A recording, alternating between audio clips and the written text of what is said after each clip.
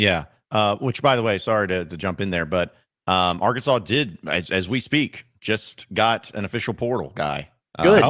We got a portal pop? We got a portal pop. Good. It is Kani Walker, the Oklahoma defensive back. There you go. Transferred from Oklahoma. 6'2". He's a junior, 6'2", 205.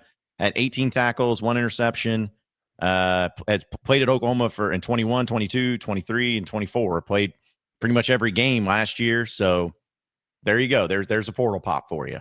All right. A little action there from that, and that's also the official Razorback Twitter account putting it out too. So it wasn't even like signed, sealed, and delivered, eh? Yeah. So so that's because I was kind of sitting there. I kept double, triple checking. I was sitting there. I'm like, is this for football? Is this making sure it's not something that's like a recruit or a high school? Nope. It is official. So there you have it. There's a nice little portal pop for you. So if you needed some positivity on a day where it's a little gloomy, you got yourself at least a secondary player and a defensive back from an SEC school. Andrew, are you pulling up them PFF numbers, buddy? Is that? Well, I'm trying to find him. Did he? Are we sure he played? Yeah, here we are. His PFF this past year, he played 424 snaps for Oklahoma this past year at corner. Quite a bit. 62.2 overall grade, 69.5 run defense grade, 60.2 coverage grade. Yeah, he certainly played football last year. There's no doubt about that. This guy 100% played football in the SEC this past season. And look, I say that kind of jokingly, but seriously, when you're, like I've said a few times now, when you're Arkansas, you're not in a position to kind of be picky. Arkansas is going to need to get some big splashes in the portal, but they're also going to need to get guys like this that are just simple depth pieces. And it kind of he's kind of in the same ilk of a lot of the transfer guys they brought in last year, like a Danico Slaughter, Miguel Mitchell type of vibe, where played, older, experienced, probably not a game changer, not going to turn your entire program around, but a guy that has some experience, an older guy, played a decent amount. You don't really get to be too picky about it. So look, that is a move.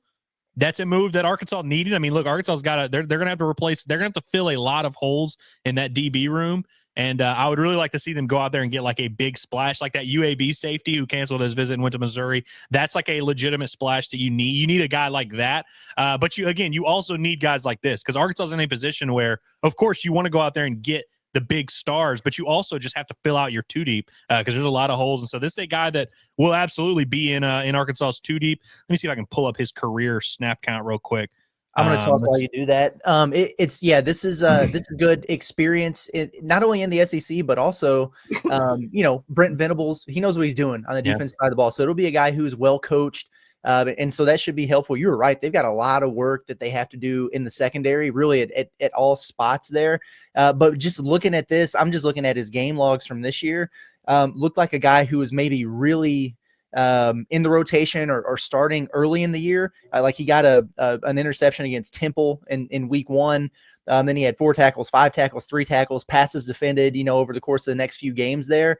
And then it looked like a pretty sharp drop off in production, although he was playing. So I don't know if he got overtook there on the depth chart, maybe at Oklahoma or what that looked like. But if you're looking at his snap counts there, I wonder what it looked like from a game by game basis if it dropped. Well, I can tell you. So he started all but the last 3 games. So it looks like he lost his starting job the last 3 games. And so then the last 3 games, he played 14, 15, and then 6 snaps.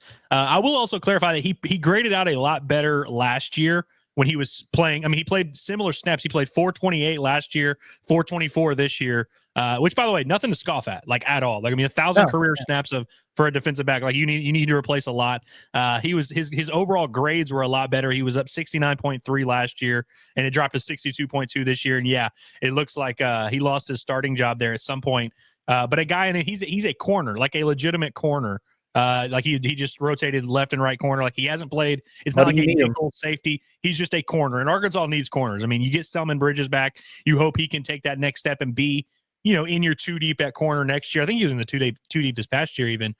So yeah, if Arkansas can go out there and get one more for sure lockdown starting corner, this guy seems like a fringe SEC starter corner, which look, again, I was just saying, I'm tired of seeing them getting group of 5 guys. This is a guy who's played a lot of snaps at the Power 4 level. Again, not like a game changer, but plenty of experience, and we'll see if Arkansas can get something out of him.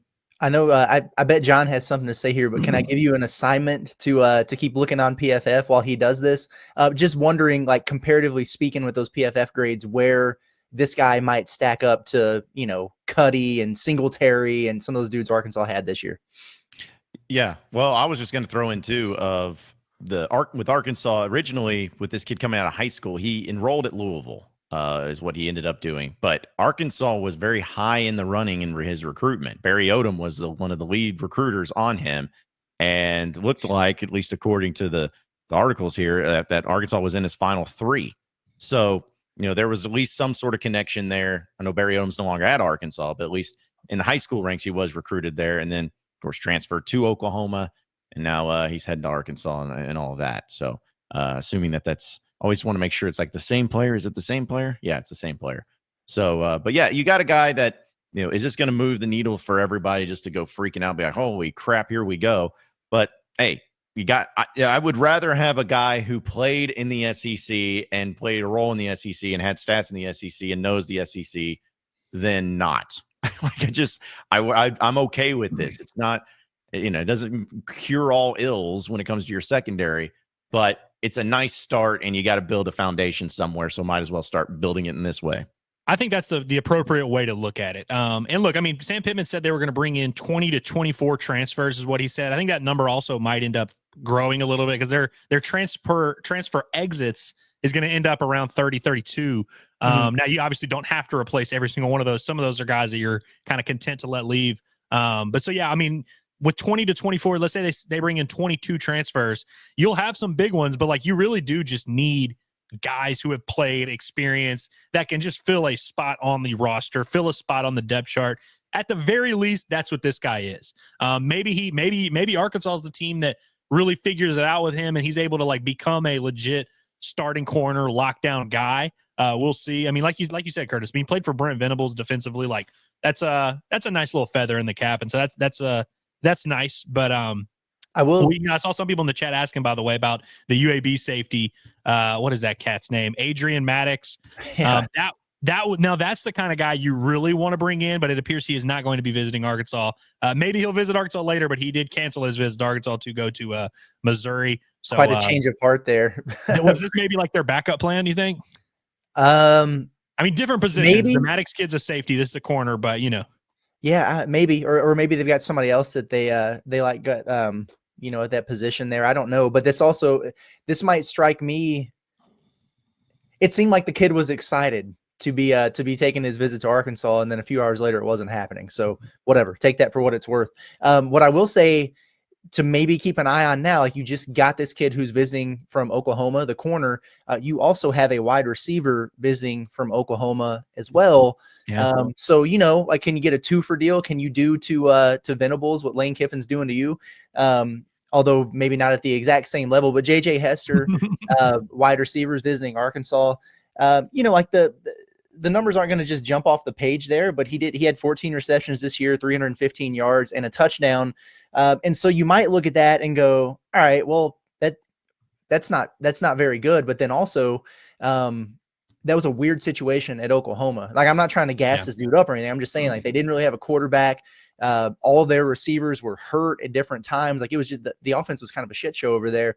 So maybe this dude is a little bit better than that, but it's production to replace that you kind of lost maybe. So we'll see. But he started his career at Mizzou and had 12 catches for 225 yards and a couple tutties.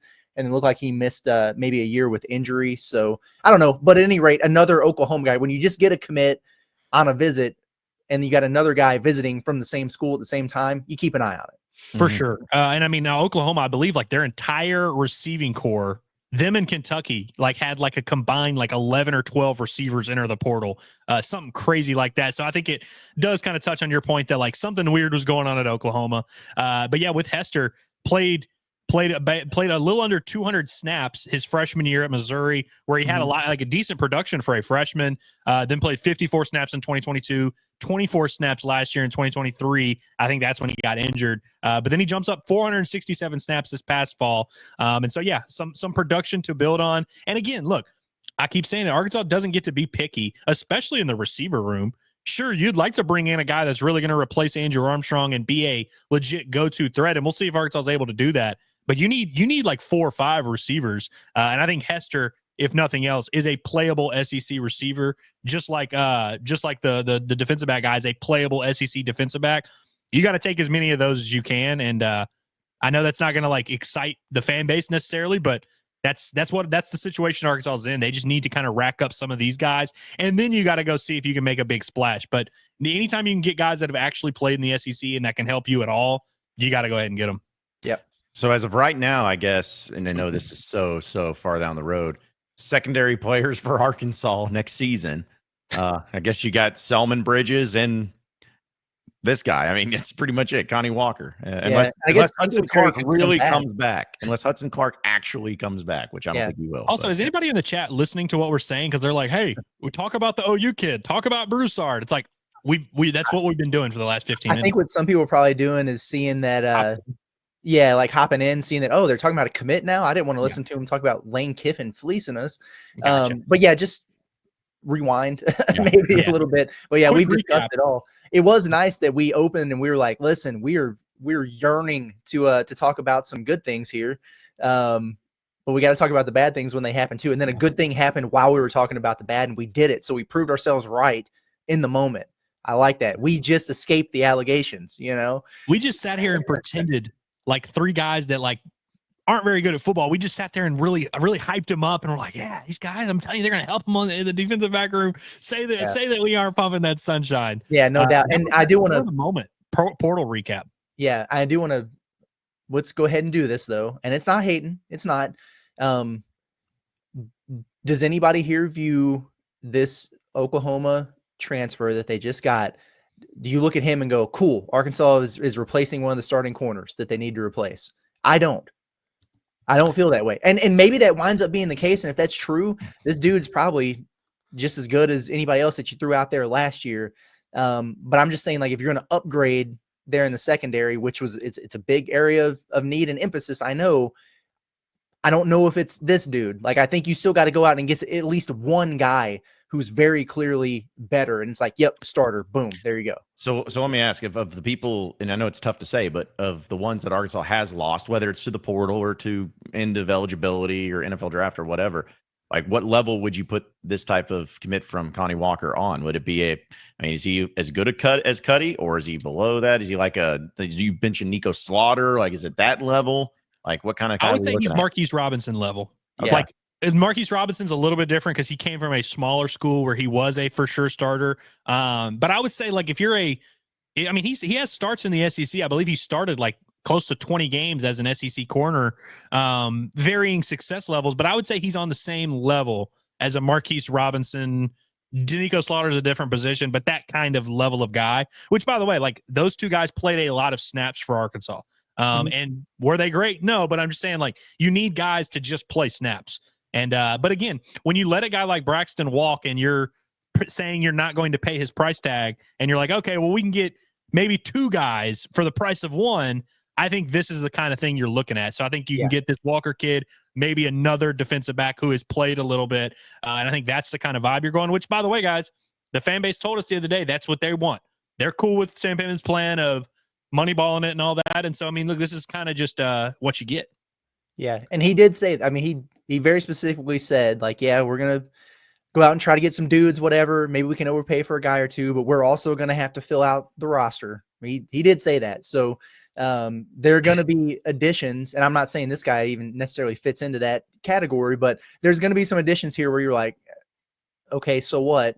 Well, that's just kind of what they have to do, and then you hope that they follow through on getting the dudes that they say they're going to get. And again, people can make up their mind whether they want to trust the process and be patient and wait it out, or if they're going to be skeptical and say, yeah, right, it ain't going to happen. Choose your own path. This is the kind of move where it doesn't like change my mind about anything. It doesn't make me think like, oh, things are great, but it also doesn't like, it's not like a cause for concern. Cause like I said, even if you get really top level portal guys, you still need some guys like this to fill out the depth chart. One I'm kind of wondering about is the JUCO defensive back. I forget the kid's name. It's like Avila or something. It's an interesting name. One that was supposed to, like the number one corner from the JUCO level. Cause he visited last week. And so like, and I know he is kind of making his decision. I thought his decision would have come by now. So I don't know what the situation is there. Hopefully you're still able to get that guy. If you get the JUCO guy and you add this guy and you have Selman Bridges coming back, that's not like a foolproof like SEC defensive back room, but I would say you're like one corner away, one legitimate starting corner out of the portal away from being set at that position. Then you need to go get some safeties. Safety was one of the first positions Pittman brought up the other day when they asked him about what they needed to attack. He's like, we really need some safeties because obviously you're losing Metcalf. You're losing Jaden Johnson, who has been a mainstay at the defensive back for Arkansas. And so, yeah, I think I'll be interested to see what all they're able to accumulate there. But the reality is you're not going to be able to get difference makers at every position. And I think Arkansas probably is thinking, hey, maybe we can spin big on some O-linemen and some wide receivers and then just kind of get any playable defensive backs they can get. Which, by the way, guys, I do want to go ahead and clarify. Travis Williams last offseason let a lot of guys walk from his defense and replace them with just kind of the most average portal guys he could find. And it worked out for the most part. Like Arkansas's defense was, they had some really good moments. It won them some games. So I think we've seen that Travis Williams is kind of okay with letting guys walk and then just filling in with whoever. And he's just like, I'm going to run my defense. And if these guys can figure it out,